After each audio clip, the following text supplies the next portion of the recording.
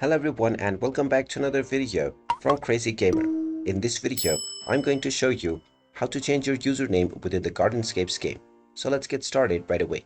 First of all, open up the Gardenscapes game on your device, and after completing the basic tutorial levels, if you haven't logged into your account already, you can tap on the gear icon and then log in from the Save Progress menu.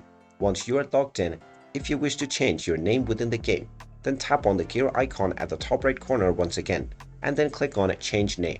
You will now be allowed to change your name. Go ahead and type in your username that you wish to enter, and then tap on the OK button. You will now see that your username is changed right away. You can come back to this menu as many times as you want in order to change your name. And there you have it. That is how easy it is to change your username within the Gardenscapes game. If you find this video helpful, make sure you hit that like button and subscribe to our channel if you haven't done so already. Also ring that notification bell to never miss another update from us. Thank you for watching, and I will see you again in the next video.